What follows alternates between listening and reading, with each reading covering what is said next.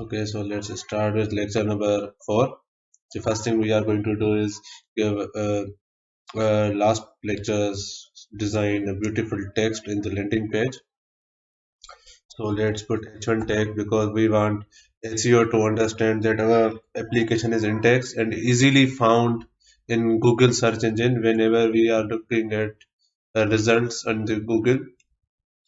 Each result, for example, here I said Daraz. Okay, so the first thing that pops in here is Daraz.pk because it is following all the search engine optimization rules, and first one of them is to put H1 tag at least once in your application. I would recommend no at least, no more, just one. Okay, so the first thing we are going to do is give it I'm 11 in slogans. We are assuming that the logo here should be of McDonald's, and let's say we refresh it now, you can see there is gap. This is because H1, H2, H3, H4 and other heading tags plus paragraph have by default margin top and margin bottom property. So let's put mark them as and override them as 0.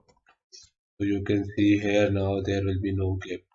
Now let's bring it to the vertical center. So there are many ways. If we put margin top, it will not work properly because I have put 50 VH because I wanted to be shifted 50% of the view height. Okay, so here somewhere. So now it's shifted, but the problem is margin shifts the whole parent tag. So what we do is uh, put it. Okay, so H1 tag. We put 50 VH and everything, but it not working. So let's put let's say position and delete this and put absolute, and let's say after putting it at absolute position and then let's say top 50 yes, okay, so my bad, now it's here, but we want it to be coming to center. Let's say I put left 50 VW because we want it at center, but there will be issue, and that issue is that when you put 50 VW, it actually means is that it's shifting 50% of the screen, then after that it is putting the text I'm loving it. So let's remove this because this is not proper positioning, and even if we do let's say 45, it will come here, but it's not perfect center. Or let's say we put 40, it's still not perfect center because when you zoom in zoom out it changes its position further. So we want it to be perfect center. So this is not right because even if we put it by testing different values and put it at the actual center, let's say this is the actual center, when you change its sides, so let's say 3 em, now it's moving further towards the right. So this is not the proper way. The proper way is to not use absolute here. This is the first thing where we haven't put absolute value. Okay, okay, so padding top. Why I'm using padding top? Because first of all, let's bring it back to the original position. It's here. When you put padding top, it gives the gap from the inside of the landing page, that is blue background here. So it will just shift this text, not everything. Okay, padding top TVH. Okay. So let's run it. Now it's proper vertical center and then text align center. Why text align will work here? Because each one is a block element, so it takes this whole row. You can see the light blue. This is saying that I have taken this whole row because I am a block element. Okay, and block element means element that does not let any other element to be placed aside of him or before him or after sorry, not there is no gender, sorry. So it's actually after it or before it. Okay, so after doing text align center, now this is proper. So now if I zoom in zoom out, there is no uh, problem of putting it in the center. So even if I change the size, font size for em, Remember that I'm using EM because I want the this to be in inches into the ratio of the view. When I say this whole screen, that is the view screen. So 1 em means at least put it to give it a certain value that is readable by the user by 1 inch. So when I say 2 em, it does is give it extra inches and make it even larger. Okay. So I'm keeping it at let's say 4 em. Okay. So the 4 em here, font size 4 em. Now let's put a small claim by the brand. Let's say one of the most popular fast food chains in the world. Okay, so this is here. Now let's say you can see here it's already in the vertical center. Why? Because it knows that it's not vertical center actually. I mean, actually not even H1 is. So let's just put it at the 45 EH. Okay, now it's better. So now it's at center. You only need is to change the values based on your font size is the vertical center. Okay, but horizontal center is adjusted by the text align center. So let's bring it to the center. So the first thing we need to do is put P with margin 0 as discussed in the beginning that P also has margin top and bottom. Then text align center. You see, I don't have to write again the let's say padding top or anything because right now we are not using any absolute for both H1 and P element. When you shifted H1 to the bottom or sorry center, the next item will automatically come after it since we are not using absolute. So here you can see H1, then there is P, so it will obviously come in the bottom of the H1. So let's give it font size of 2 em. Let's see, does it look good? Now, my personal choice is that I don't like that when you have a text like I'm laminate. Let's give it a better size 72. So the best area in my opinion is the either this area 70, let's say 80% of the I'm laminate's width or this area 130% of the I'm laminate. If I say 130, it's something like this. So these two areas are best. But if it goes even further like this is very bad. We don't want the paragraph to be focused more rather than the heading itself. Okay. So the greatest choices are these green areas or these black areas. Red areas, in my opinion, are not the right places. Okay. So the right places. So this area is actually 130% of the 130% of this. Okay. And this area is 80%. 80 or 70 maximum, but I want to give you a ratio. These are the best area. So here in this case, this goes beyond 130%. This is very large font. So what we can do is bring it to let's say 1.7. I think would be enough. Not even that. Let's say 1.5. Okay. Now this does not look bad. Okay. So I think why we do this is because of our human nature. We want some parts of the website to be focused at the first impression. So as soon as you open this application, the first thing you are going to see is I'm 11 it, not one of the most popular fast food chains in the world. That is after that. Okay. So this was how you put the texts. But if you want it to be at the left side instead of the center, what we can do is, instead of using texture and center here, both areas, we can use is padding left 10 VH, so VW, and same for this paragraph tag. When we refresh it, it should be at this position. This looks way better, okay? So there was some hiccup with the recording, so that's why you did not see the effect. Actually, what I did was just simply shift it to the left side. And I think this looks way better because center is very cliche and common.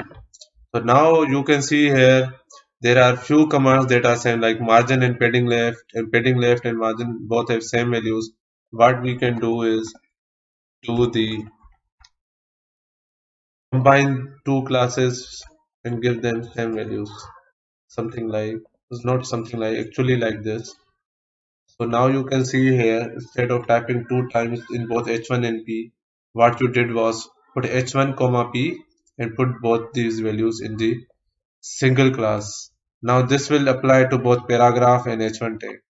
Why I have separate h1 tags and p tags? Because there are some unique elements, unique class attributes that I have defined here that are not found in both of the h1 and p. Okay, so this is how you place this. The next thing is, if you want to change the font size, normally I recommend that your whole website has a unique and but similar font. Okay, so this is how you write font family Seco UI, and somehow let's say Seco UI is not supported by your browser or something, then you want an alternate font that is Arial. Actually, why we do this comma separated, although Seco and both are Arial are Windows fonts, we do this because sometimes you want an external font, like external CSS, you introduce some external font and you want to embed it here, but due to some file missing or anything, you want an alternate text in case of the first text is not found, then there is second option or second priority to given to the browser. Okay, so this is how you do it. Now you can see this is Seco. Okay, so another thing is, when you put it in the left align, even if the font is large, does not matter. There is no 70, 80 or 130 policy in my opinion required here. But if we want a little bit to adjust it, we can do is put 5 em instead of 4 em. Now they are almost similar. Let's say padding top is now 40. Now you can see now it looks perfect. Okay.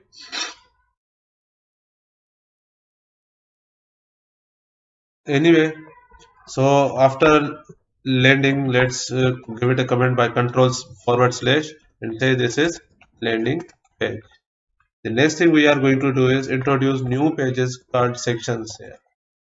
So class section, and this section will be, each section will be of, no matter, it depends on your website, but you can have multiple sections with size width of 100 VW and height 100 VH, and let's say background of, and let's go back to flat UI colors and give it some very light dim color. So let's find somewhere here. Okay, let's say this one. Okay, so when I write background this, so when I page refresh, since we have only horizontal over scroll, so vertical over scroll will work here. So now we have another page called, let's say, about or anything that depends. You can see here the fixes follow, making this nav icon hamburger area following. So this is what we wanted, that wherever we are, we can easily open the navigation bar by clicking and closing it. Okay. Anyway, so this is how new page comes, and then there is this one hiccup that I don't like personally, is that there is no any kind of effect or impression that you are actually moving from a landing page to a new page. So what you can do is, sometimes you have the same font, there are these dark websites, there are no different backgrounds, just dark theme, there is on totally background is black, even for the second page, third page, fourth page. What you can do is add a separator. The most basic separator could be like, let's say, a border. So let's say border top and 5px solid black. So this is also good. It actually tells you there is a wall. This means you are moving to another area. So this is a good impression. But what if we want some kind of a beautiful separator? What we can do is give it a new separator. So first I'm writing section 1 and then I'm writing separator as a comment, adding a new separator. So class, I'm going fast here. I don't care right now because you guys have the player, you can rewind and everything, so there is nothing to be worried about. So separator, and let's say separator has a height of 150 px or 100 px. I guess 150 is too much. 100 px and width of 100 bw, background black. Okay, so you can see here this is how separator will look. But now let's give it some kind of unique design or something like arrows to actually point out that you are going down from the landing page and you are going up from the page to towards top, that is landing page. So what you introduce is a, now what I'm doing right now here is just for the sake of your understanding. We will do this in class. If you don't understand it, don't worry, we will do it later. So before content, position absolute, background let's say right now white, and transform rotate 45 degree, and then width of px, height of 50 px, margin left, let's not put margin left right now, just let's look out right. So how does it, okay, so after doing this separator, then there is pseudo element. Okay, so I capital S, it should be case sensitive. Okay, you have here is a diamond shape. So this is because I used rotate, but you can see half of this part is overlapped outside the border. So let's give it a margin left of 10 1 VW, and now it's easily inside this. And then give it margin top of 10 minus 10 VH. This is too much, so let's give it 5, or 5 looks perfect. Okay, so now we can say the color of this div is, oh sorry, this is a pseudo element. This is actually all part of the separator. Although separator is black, we have given it additional elements through CSS. Okay, so the background is now this. Now you can see here, this actually means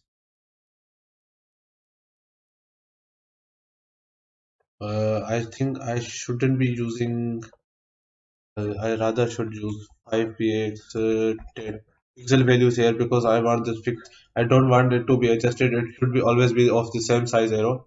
So minus 10px 50 is way too much. 20 is 25.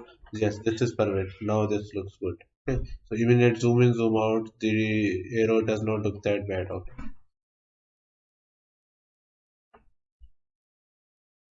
Right. So this is 20px.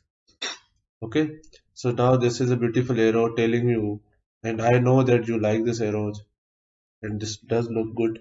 So when you move down, this arrow actually signifies that you are going down. So you are clear with the fact that there is something at the top. That's why you are going down. Okay, so let's put another arrow with it. Let's copy this code and put it in before so that we don't miss anything. And copy this control using Control D after, let's say right 0, but instead of top we will go down. So let's say it's 50 and this is right. So now it's somewhere here, but still we want it to be right. Okay, so I'm gonna just do it here, and I don't have much time to keep refreshing the page. So let's say margin top at 70, 5 is perfect. And okay, so after copying this 75 pixel and pasting it here, so now we know how this should look. But there is one issue. Oops.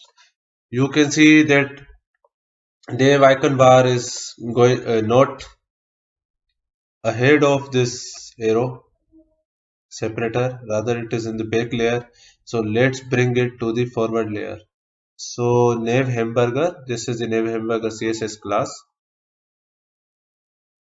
Okay, give it a z index of let's say 3, because first was landing page and the normal website layout, then there are these navigations and menu, and then there is separator.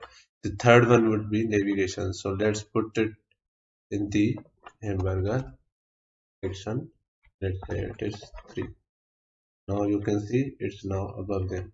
So for clearly understanding, let's call it a white color hamburger area. So now you can see here that this is now above it, like a cloud is hovering over the normal beautiful blue land. It's at the in the sky. Okay, so now let's get back to the grid. So sorry, grid, no, I mean to say is that in this section we are going to design grid designing, so that you are understanding how products are shown in the e-commerce website. Okay, so the first thing we are going to do is, inside this section we are going to give one simple div cardlet, and let's call it sub dash section, because this is the part of the main section. So subsection, width of 50w, height of 50vh, border, let's say border of 5 pixels, solid silver, so that we can clearly see this div. So now you can see there is some kind of div. Let's give it a background of dash white. So this is a white box of 50vw. So when I copy this and put new one, it should be obviously on the right side, so to fulfill the logic of grid. Okay, but it will come in new page because these are block elements. So even if I do is put them in like block so that they are put side by side, and div is not actually capturing this whole area, rather only the ones that is required by that div, that is 50vw, it will still be in the bottom. So what is happening here is that in the logic of HTML designing, the border that we have made is not the part of the 50vw width of the block, it's another thing. So its actual size should be something like 51 or 50vw or 52vw. So when 52 and 52 is added, it's actually 104vw. So it's not actually uh, supporting the logic of 100 VW. So what we can do is either we reduce the size like this. Let's say I'm reducing its size to 49. Now they are easily here, but this is not right, because you can see here the border of the right div is hidden from the right side. It's like it's outside the border of the monitor screen. So what we use is a term called box sizing, and convert it into border box, so that the border is now part of the total width of that particular div. Okay, so it should be like this: box sizing border box. So when I refresh, okay, so right now it is not working because it's inline block. Instead of inline block, now we will use float left. When you write float left, now they are both in the same area.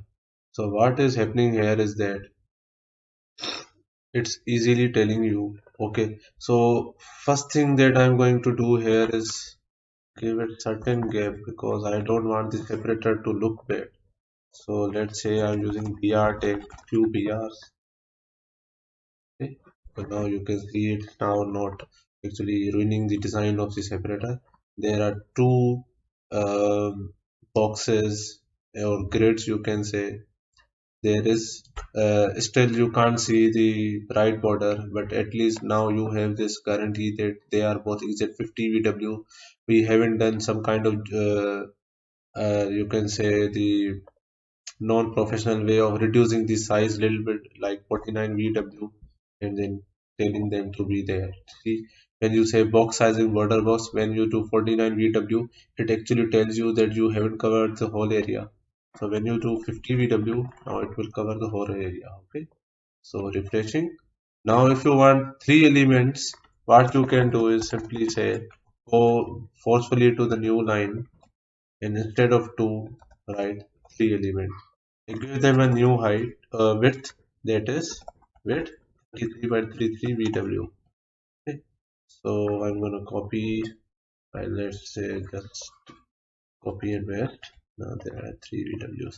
Now you can see there are three VWs.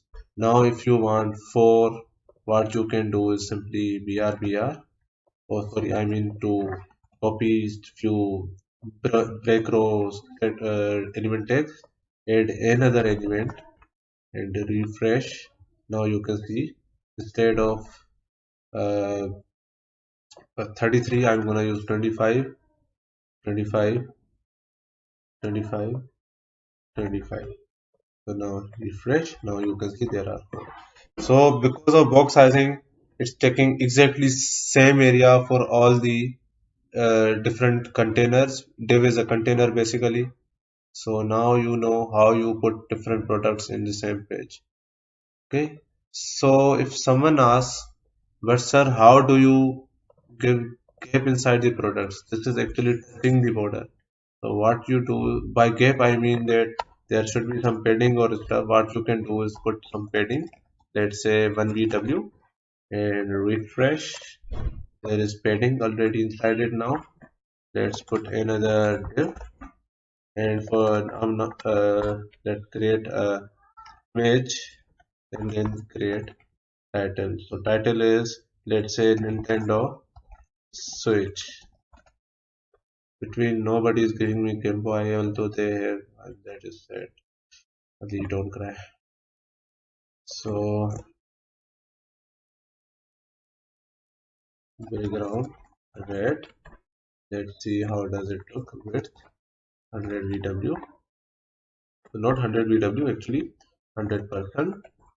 And height let's say 300 px. Let's see what it does do. Now you can see this is not covering the whole area, rather the one that is required here. So we don't need height of this much because let's put it something like 400 px instead of 50 vh. And now you can see it. Now there is a product named Nintendo Switch and there are some images here. Same is the case with the product number 2.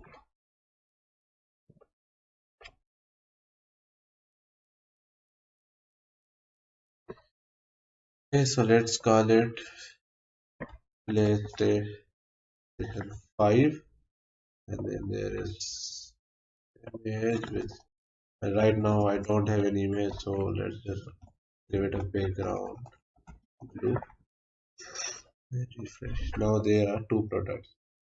So when you copy this, let's do it again. Let's make three products out of these two. You will understand what is happening.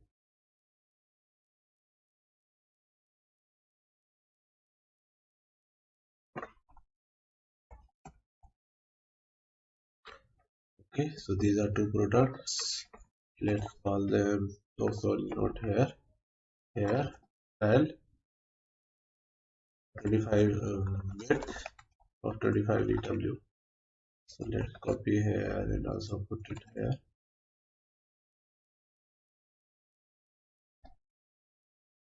Okay, technically copy it subsection and create two new elements. Now refresh.